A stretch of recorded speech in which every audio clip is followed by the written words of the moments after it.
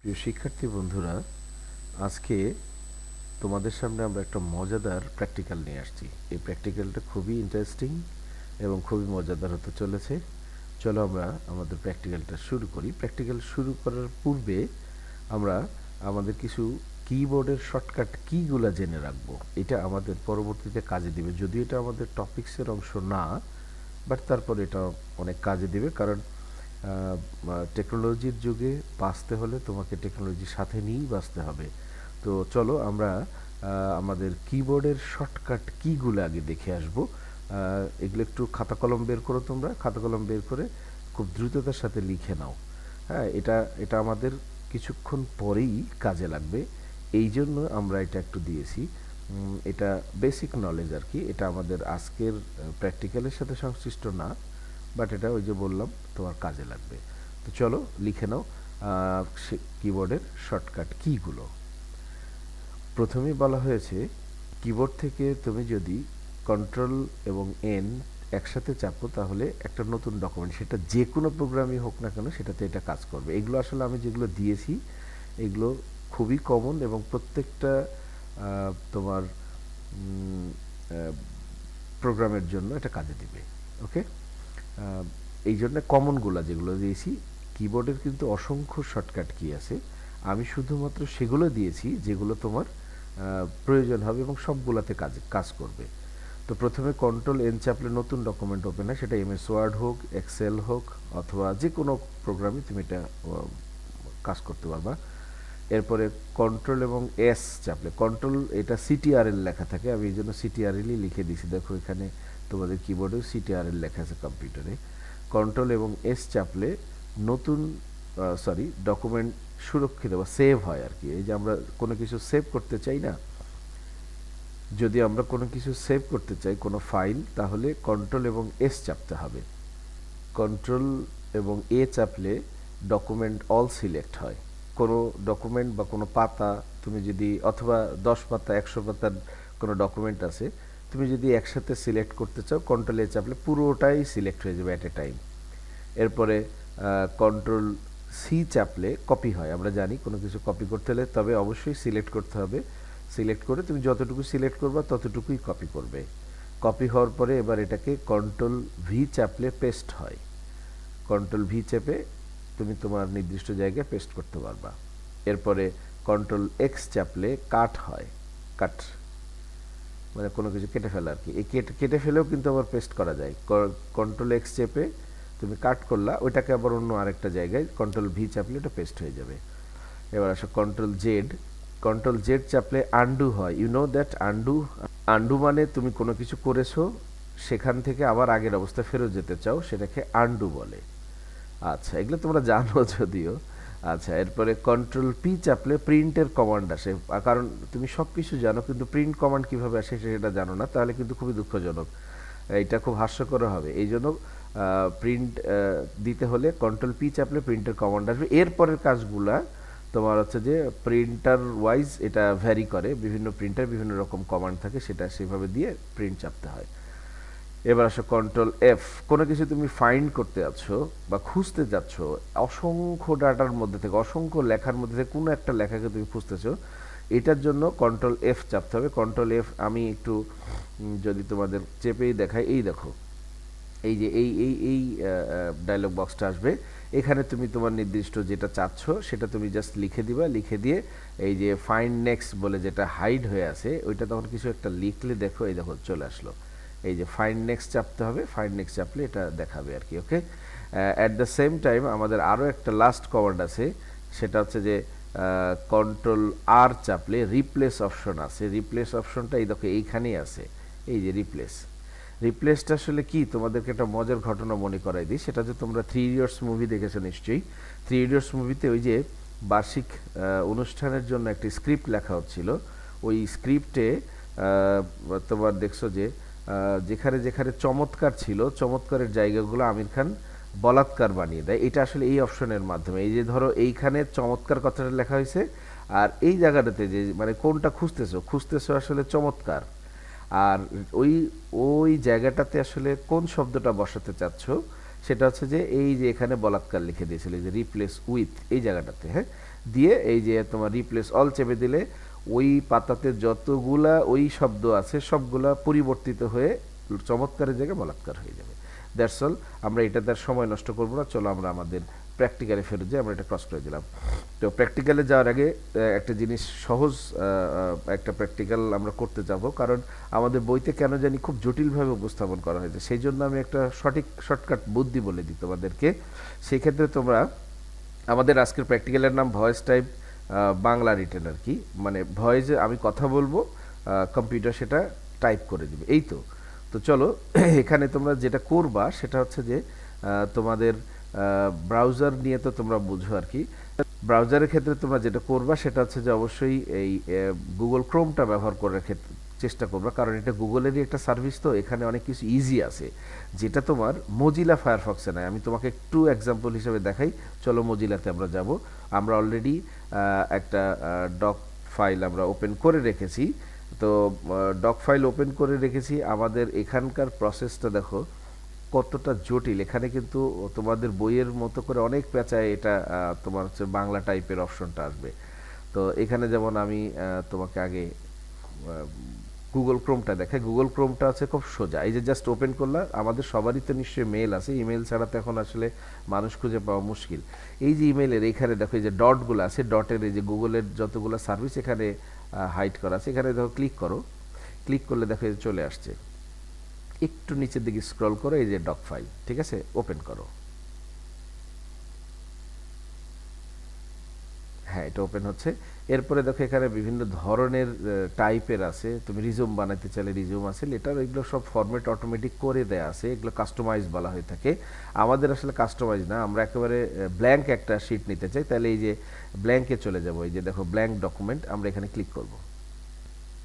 আচ্ছা, আমাদের ডক ফাইলটা অলমোস্ট ওপেন, ইয়েস ওপেন। এইখানেই আসলে আমি কেন এই ব্রাউজারটা নিতে বলেছি তোমাদেরকে এখনই মজাটা দেখাবো।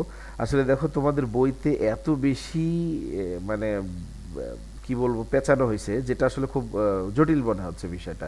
আসলে ব্যাপারটা এত জটিল না। আমরা এখানে এইখানে জাস্ট টুলসে ঢুকবো। দেখো টুলসে ঢুকো, টুলসে ঢুকলে দেখো একটা অপশন চলেই আসছে অলরেডি, যে ভয়েস টাইপিং। ওকে, এবার সেম জিনিসটা আমরা মজিলা ফায়ারফক্সে যে দেখার চেষ্টা করব। মজিলা ফায়ারফক্সে সেম টুলসে গেলাম। টুলসে দেখো এখানে ওই অপশনটা নাই। কথাটা বুঝতে পেরেছো আমি কেন এটার কথা বলেছি? খুব সিম্পল। তুমি এই জন্য তোমরা গুগল ক্রোমটা ব্যবহার করো। গুগল ক্রোমে ঢুকে জাস্ট টুলসে ঢুকবা, টুলসে ঢুকে ভয়েস টাইপিংয়ে ঢুকবা। ভয়েস টাইপিং ঢুকলে এই যে এরকম একটা পপ আপ অপশনটা আসবে।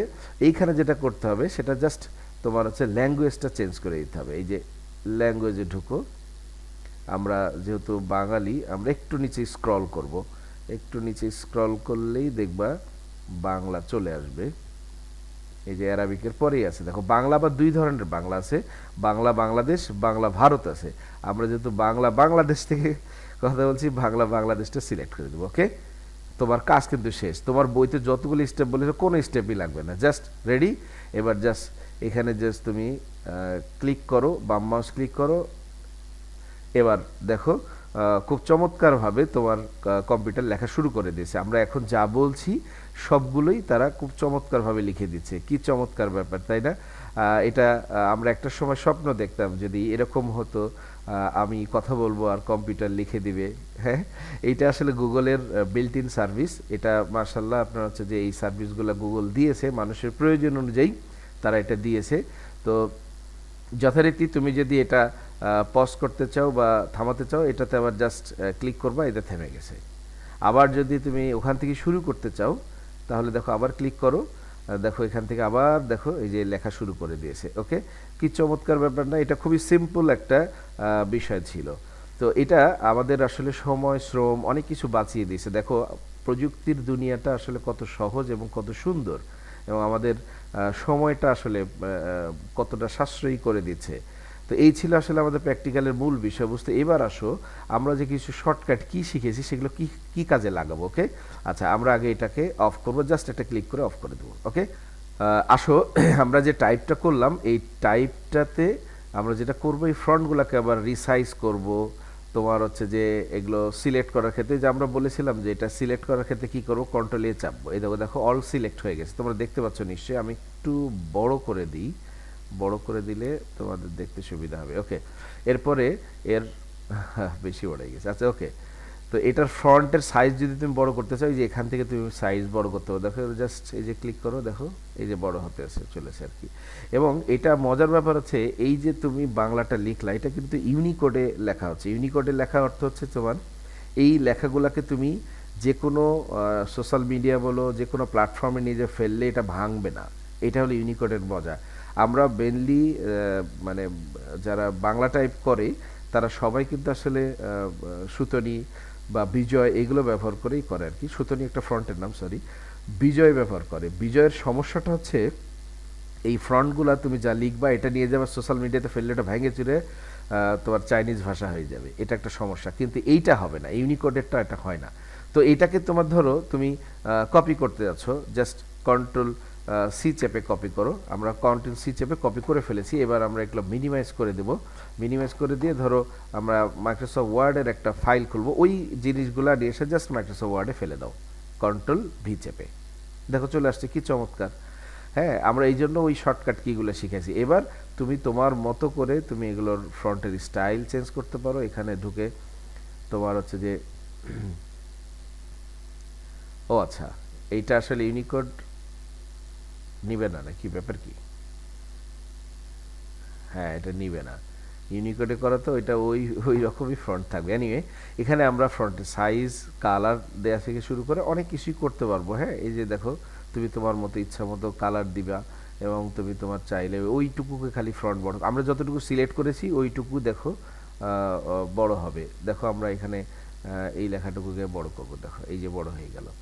এখানে আরও অনেক মজার কিছু করা যাবে, যেটা তুমি যদি এই ওয়ার্ডে নিয়ে আসো, ওয়ার্ডে নিয়ে আসলে এটাকে আরও চমৎকারভাবে সাজা যাবে। এইবার কোশ্চিন হচ্ছে আমরা যে কাজগুলো করলাম এই কাজগুলোকে তো সেভ করা শিখতে হবে, রাইট? আসো আমরা যেটা নিয়ে কাজ করলাম সেটাকে আমরা এখন সেভ করে দেখাবো। এটার দুইটা পন্থা আছে। আমরা যে কিবোর্ডের শর্টকাট কি শিখাইছি, কন্ট্রোল এস চাপলে দেখো এরকম একটা বক্স আসবে। এই বক্সে আসলে আমরা এখানে আমাদের প্রয়োজন অনুযায়ী তোমার নাম দিয়ে যে কোনো জায়গায় তুমি যেখানে সেভ করতেছো, ধরো ডেস্কটপে রাখবা, ডেস্কটপ সিলেক্ট করে দাও, দিয়ে এখানে তোমার একটা লিখে দাও ভয়েস ভিও, ভয়েস টাইপ দিয়ে তুমি সেভ চেপে দিলা। এটা একটা পন্থা। আর না হলে এই যে বলা হয় অফিস বাটন বলা হয়, অফিস বাটনে যে তুমি এই যে সেভ চাপলেও তোমার এটা সেভ হয়ে যাবে। ওকে, তো এই ছিল আসলে মোটামুটি আমাদের আজকের প্র্যাকটিক্যাল। আশা করি তোমরা সহজে বুঝতে পেরেছো। আমি আবারও তোমাদের একটু দেখাই খুব চমৎকারভাবে। এটা আমাদের বইতে এত যত জটিল আছে, এত জটিলতার কোনো প্রয়োজন নাই। তোমরা জাস্ট গুগল ক্রোম ব্যবহার করলে খুব ইজি হয়ে যাবে বিষয়টা। গুগল ক্রোম ইউজ করলে আমরা এটাকে যদি ক্রস করে দিই, অর্থাৎ আরেকটা নতুন ডকুমেন্টস নিয়ে দেখাই, জাস্ট আমরা হচ্ছে তোমার গুগলে ঢুকবো, গুগলের যে সার্ভিসগুলো আছে, এই যে ডটগুলো আছে, ডটগুলোতে আমরা ঢুকবো, ঢুকে একটু নিচের দিকে আসবো, এই যে ডক্স ফাইল, আমাদের ডক্স ফাইলে ক্লিক করব। ডক্স ফাইলে ক্লিক করার পর আমরা একটা ব্ল্যাঙ্ক শিট নিব, এই যে ব্ল্যাঙ্ক ডকুমেন্ট নিব, কারণ ব্ল্যাঙ্কটা তুমি তোমার মতো করে নিতে পারবে। আর যেগুলো আছে ওগুলো বাকি সব কাস্টমাইজ, ওগুলো যেরকম ডিজাইন আছে ওই ডিজাইনের মধ্যে তোমার কাজ করতে হবে। এটা হলো সমস্যা বা সুবিধা যেটাই বলো না কেন। এখানে এসে আমরা জাস্ট টুলসে ঢুকবো অ্যাট এ টাইম। হ্যাঁ, এই যে চলে আসছে ভয়েস টাইপ অপশনটা ক্লিক করে দিব। এই যে এরকম পপ আপ আসবে, পপ আপ আসলে এখানে জাস্ট ফ্রন্টটা আমরা আমাদের উপযোগী ফ্রন্ট আমরা সিলেক্ট করে দেবো। একটু নিচে স্ক্রল করে নামবো, স্ক্রল করে নেবে এই যে বাংলাদেশ বা বাংলাদেশ যেটা, এটা সিলেক্ট করে দেবো। ওকে, এরপরে আমরা কথা বলতে থাকবো, আমাদের কথাগুলা কম্পিউটার তখন রেকর্ড করা শুরু করে দিবে, দেখো টাইপ করা শুরু করে দিবে। দ্যাটস অল, এটা ছিল আমাদের voice type Bangla written practical. আশা করি তোমরা বুঝতে পেরেছো। এবং তোমাদের উদ্দেশ্যে একটু বলে রাখি, সেটা হচ্ছে তোমাদের আইসিটিটা অনেক জটিল করে ফেলা হয়েছে এবং অনেক কঠিন জিনিস দেওয়া হয়েছে। আসলে কেন জটিল বা কঠিন বলছি, কারণ তোমাদের বয়স উপযোগী আসলে এই জিনিসটা হয় নাই। এটা অনেক সিনিয়র বা অনেক বড়দের জন্য। দেখো আমরা যা বলছি সবই টাইপ করছে।